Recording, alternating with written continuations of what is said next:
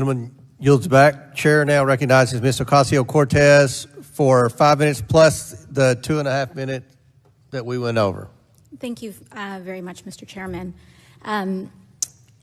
Also, everybody on the Democratic side is doing some solid work. There are a couple of Republicans who are trying to at least stick to a detailed-oriented questioning. The problem is they're just juggling wet turds, so they can only do so well. But AOC is rock solid with this stuff. Good afternoon, Mr. Shapley and Mr. Ziegler.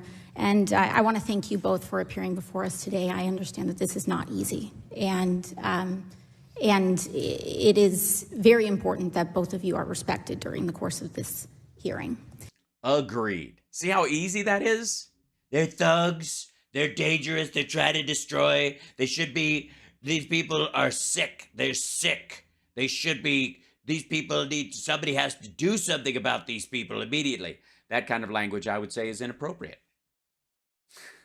Mr. Ziegler, in your deposition to the Ways and Means Committee, I believe you said that that you began this investigation in 2018, correct?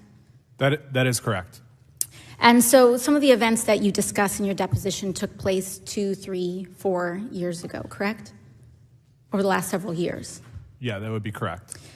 In your deposition in front of the Ways and Means Committee and in your testimony before us today, you have relayed your memory of events that occurred over the course of a nearly 5-year investigation.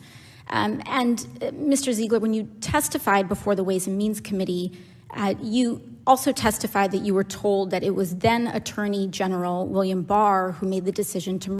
Yeah, I don't remember who was president then, and I don't know who hired Bill Barr. Hashtag the best people, something I remember, but it was so long ago. Merge the D.C. and Delaware Hunter Biden investigations, correct? I did testify to that, correct. And a few weeks after that testimony, your attorney wrote in a letter to Congress, I quote, Mr. Ziegler is confident he was told by his supervisor that the merging of the cases was at the direction of an official at the Department of Justice. However, on further reflection, Mr. Ziegler cannot definitively state that his then supervisor said that the Department of Justice official directing the merger of the cases was Attorney General Barr, correct? That is correct. And I can tell you that I actually refreshed my memory from looking at my emails. And there was an email that I found from my supervisor at that time that stated what had happened. And I can turn that over to the House Ways and Means Committee at some point. And in that updated email, does it include Attorney General Barr or not? So I can't speak to the contents of that email, but... No problem. I think in light of the correction, and truly in good faith, these things happen all the time, right? The recollection of these investigations require an extraordinary amount of detail, and the charges of what is being brought forward today are extremely serious, which require a high threshold of evidence, including investigations and depositions. She's pointing out the fact that he testified that Bill Barr had been involved in the choices around this and then changed his testimony later. And it basically sets this point that you've done this before. There's no reason why we shouldn't expect that that's what's happening today. But, I hope you'd agree that even the best memory can be fallible at times. And that is the widely understood reality in our justice system. Mr. Shapley, from your testimony today, I think you would agree that it is important that criminal investigations be conducted fairly and free from political influence. That's why we're here today, correct? Yeah, and minus the revenge porn as well. I would throw that in as well. I would argue. Yes, that's correct. Now, as you stated, and as was kind of discussed with Mr. Khan and with others, there are often disagreements. It seems as though within some of the transcribed interviews that we read, it says, yes, about 90% of the time, there is this IRS reviewing attorneys disagree with the charging decisions of the agents in the group, correct? That was part of the testimony, not all of it. So you basically said that 90% of the time, the agents want felony charges, want bigger charges, but only about 10% of the time do the AGs or the DAs or whoever there is doing the charging on it, the prosecutors, do they agree with that. Only about 10% of the time, because that's how agents work. Agents think everything is chargeable in a crime and they have evidence and others. Like, nobody's ever watched a fucking Law and Order episode? Why aren't you charging this guy? Because we don't have enough evidence to commit. But he did it. Yeah, I know you think so, but we need evidence to do that. Fuck. That's it. That's the whole conversation. In some of your comments, you've also noted that you've made reference to a special counsel in this situation. But I believe what there might be a reference to here is the question of a special attorney, not a special counsel, correct? Yeah, this is the essence of his problem. So if you're speaking about the October 7th, 2022 email that I documented contemporaneously on that day, that's why I documented it on that day, so that, 9 months later, I'm not trying to recall a specific word. And so it says special counsel authority. That's what he said that day. That's what a senior executive IRS corroborated when he responded to my email as well. And I do think that distinction is important, because in this letter to Chairman Jordan, the issue at hand seems to be a special attorney, not a special counsel, which are two distinct, different legal authorities. And there also may be some confusion, I think, with respect to that as well. Which brings me to the point of political influence. Where there actually is a set of breadcrumbs, however, is in a set of tweets and letters sent from former President Trump to several chairs, to the chair of the House Judiciary Committee that we see here. In fact, according to New York Times article, which I'd like to present to the record today, President Trump's attorney wrote to the Judiciary Committee chairman, urging him to investigate what he called, quote, a rogue local district attorney. And after that New York DA convened a grand jury that ultimately indicted Donald Trump, Chairman Jordan complied with that letter.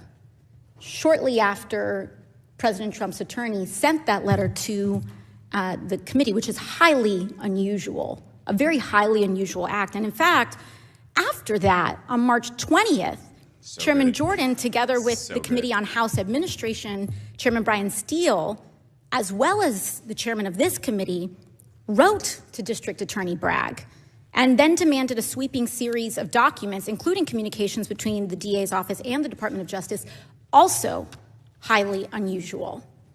In fact, on his Truth Social account later on, Donald Trump claimed that the U.S. attorney investigating Hunter Biden, a U.S. attorney, by the way, that Donald Trump appointed, was, quote, a coward. And then in that, he then urged that maybe the presiding judge will have the courage and intellect to break up this, quote, cesspool of crime.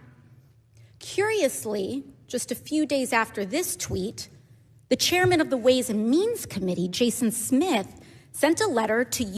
Can we, by the way, in the future, if I may, C-SPAN and others, can we have a button that each person has when it's their time that becomes active, like a Elgato Stream Deck kind of a thing, that senators and Congress people, when they're showing evidence, can hit to show this graphic in full res, so that C-SPAN can go, oh, this is what they're showing.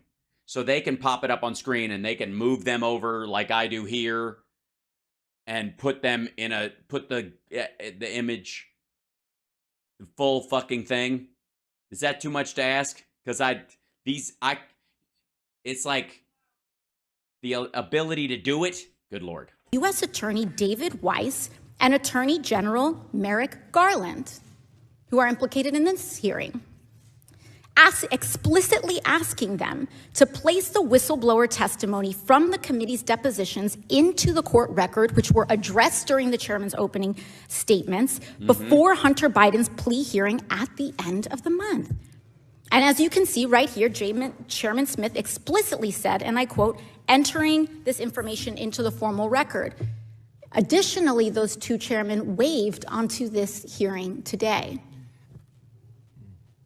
Highly unusual. Will the gentlelady yield? And by the way, I'll pop over to what he ultimately, she uses her time. One moment. And when we talk about political influence, we are not here today, unfortunately, because the facts have brought us here. We are here today because Donald Trump is exerting an influence campaign in Congress when he is no longer president of the United States.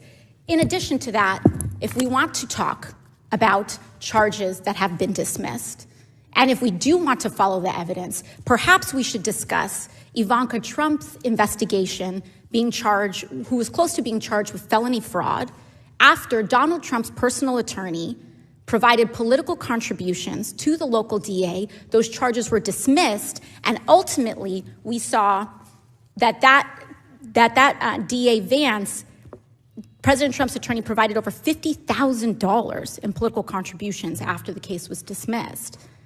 So when we talk about political contributions, I would hope, if we are following the evidence, that we are willing, that this committee, if this committee is going to go there, that they be willing to open investigations into the dismissal of charges against Ivanka Trump.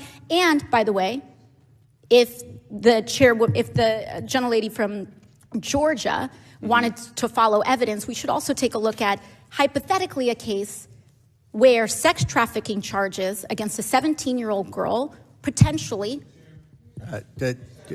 She's going to Matt Gaetz. She goes straight to, and they're like, Gentlelady's time's expired. Uh-huh. Thank you, and I yield back.